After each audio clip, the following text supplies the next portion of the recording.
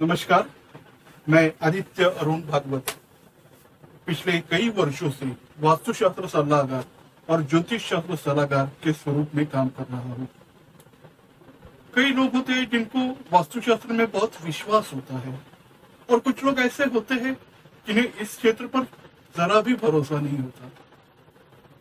एक कॉलेज के महाविद्यालय के दो प्राध्यापक थे।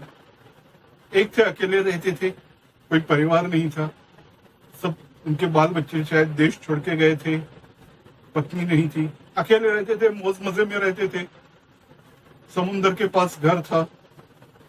और दूसरे प्रोफेसर थे, जवान थे, बीवी थी, बच्चे थे, घर में बहन थी जो बेवा होकर वापस आई थी, कुछ वहां पे भी समस्या हुई थी और तो काफी परेशान थे सभी बातों से। बच्चे भी कुछ ज्यादा थे, 3-4 बच्चे थे इनके, बहन के 2 बच्चे, तो सब मिला के वो बहुत परेशान थे। तो बोले क्या है समस्या है पता नहीं। तो किसी वास्तु तज्ञ ने उन प्रोफेसर को बताया जो परेशान थे, उनको हम नाम देते हैं रामचंद्र। तो रामचंद्र जी को सलाह दी कि आप वास्तु बदल के देखिए या फिर जो वास्तु है उसमें कुछ दोष है, जो उसके उपाय है वो करके देखिए। तो रामचंद्र जी तो काफी परेशान हो गए कि भाई अभी उपाय करेंगे तो भी कैसे करेंगे, और काफी बड़े दोष थे। वास्तुतज्ञ थे, उन्होंने कहा कि इसमें तो काफी बड़े दोष है, आपको ये जगह छोड़ना ज्यादा बेहतर रहेगा। दरअसल ऐसे भी वास्तुतज्ञ थे जो कितना भी बड़ा दोष हो वहां पे रेमेडी करने में कोई महत्व देते हैं, बट ये वास्तुतज्ञ थे जो थोड़ी अलग सोच रखते थे। तो उन्होंने कहा कि जहां तक हो सके आप इस जगह को छोड़ दें, वरना ये जो काम है, ये जो उपाय है वो आपको लगातार करते रहने होंगे उस एनर्जी को कूल रखने के लिए। तो दूसरे पहले वाले प्रोफेसर है जो मजे में रहते थे, अकेले थे, तो उनका नाम रख देते हैं कृष्ण, श्री कृष्ण। तो रामचंद्र जी ने जाके इन बड़े प्रोफेसर साहब से कहा कि भाई काफी परेशानी है, मैं देख रहा हूँ कि दूसरा घर है। तो प्रोफेसर साहब श्री कृष्ण प्रोफेसर थे, वो बोले अरे भाई अब मैं 2-4 महीने में रिटायर होके विदेश जाने वाला हूँ बच्चे के पास, शायद मैं भारत में ना लौटू, तो मेरे घर को ही तुम किराए पर ले लो, मुझे कोई बहुत बड़े किराए की अपेक्षा नहीं है। बोले ठीक है। लेकिन श्री कृष्ण साहब जो थे उनको वास्तु पे जरा भी भरोसा नहीं था। तो कहते थे ठीक है, रहने के लिए मकान चाहिए, इसमें ये इस दिशा में हो, वो उस दिशा में हो, क्या फर्क पड़ता है।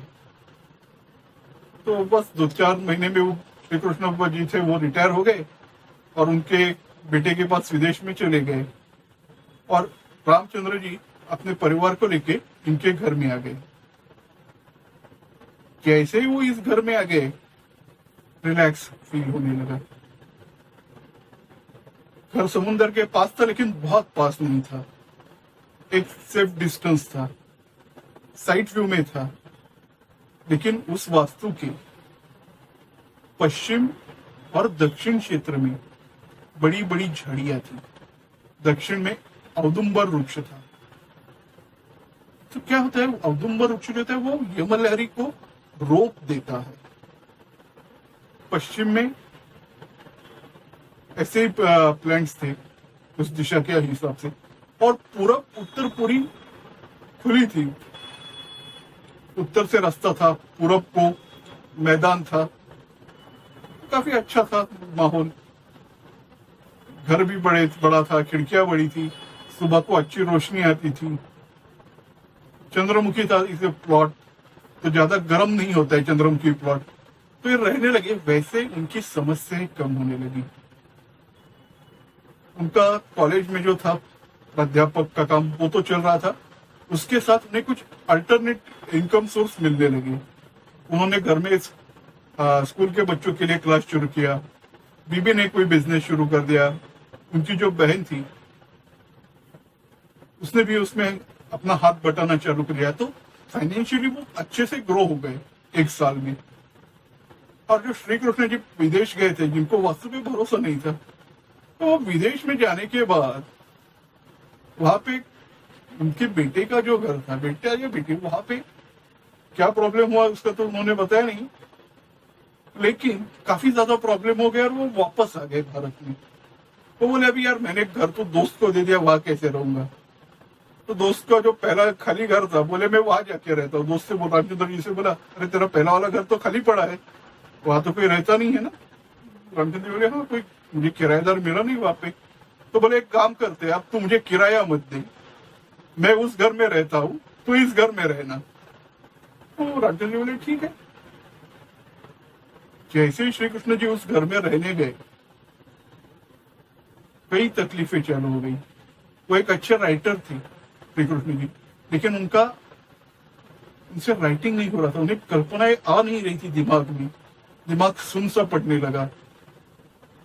फिर काफी उम्र हो चुकी थी, तो शुगर बीपी की प्रॉब्लम तब तक तो नहीं थी, लेकिन जो घर में रहना शुरू किया तो धीरे धीरे शुगर बीपी अप डाउन होने लगा। उन्होंने कैसे वैसे 1 साल यहाँ पे निकाला और बोले रामचंद्र जी से कि भाई माफ कर दो, वास्तु के हिसाब से ये घर नहीं रहने के लिए बराबर, तो मैं अपने घर में आ जाता हूँ, तुम कहीं और चले जाओ। अक्सर ऐसा होता है कि हम जब तक हमारा नुकसान नहीं कर लेते तब तक हम विश्वास नहीं कर लेते कि नहीं इसमें कुछ तथ्य है। आप शास्त्र को हर बार मजाक करोगे तो उससे आपको कुछ फायदा नहीं है। आपका फायदा किसमें है वो देखो।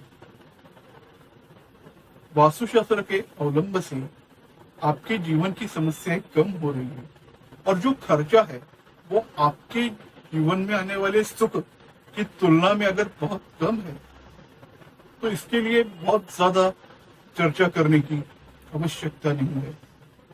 और ये जो भी नियम है 1000 साल पहले ही बनाए गए हैं। भारत में पहले से वास्तुशास्त्र था, बस जब फेंगशुई का आक्रमण हुआ तो हमारे विद्वान जागृत हो गए। लेकिन इसके नियमों की अनुभूति आज के समय में भी आती है, और जहां तक हो सके हम उन नियमों को पालन करें, इसमें हमारी भलाई है। आप अगर वास्तुशास्त्र है, ज्योतिष शास्त्र के संबंध में कुछ जानकारी चाहते हैं तो मेरे वीडियोस तो है ही, लेकिन अगर आपको सलाह चाहिए, मार्गदर्शन चाहिए, तो आपको मुझे मेरे मोबाइल पे संपर्क करना होगा। मेरा मोबाइल नंबर है 9029581590।